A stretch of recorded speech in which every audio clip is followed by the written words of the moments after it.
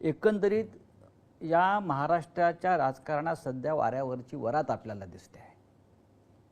पण कितीही वारे वाहत असले, किती वादळ आली तरी महाराष्ट्राच्या राजकारणातले ठाकरी वारे जे आहेत ते काही हटत नाहीत आणि ते काही थंड पडत नाहीत. असं एकंदर चित्र आहे. ते कायम आहे. वादळ येतील, लाटा येतील, पण ठाकरी वाऱ्यांना कधी अंत आपण पाहिला नाही. सदा सर्वदा ठाकरे म्हणजे एक संघर्ष, आणि हा संघर्ष मतलबी वाऱ्यांसाठी नाही तर समाजाच्या हितासाठी आम्ही करत आलोत. त्याच्यामुळे आम्ही सत्तेत किती काळ राहिलो यापेक्षा सत्तेच्या विरोधात म्हणण्यापेक्षा जे काही अनिष्ट आहे त्याच्या विरोधात आम्ही संघर्ष करत आलो. आणि म्हणूनच हा जो काही ठाकरे ब्रँड म्हणा, हा आम्ही नाही बनवलेला, हा लोकांनी स्वीकारलेला आहे.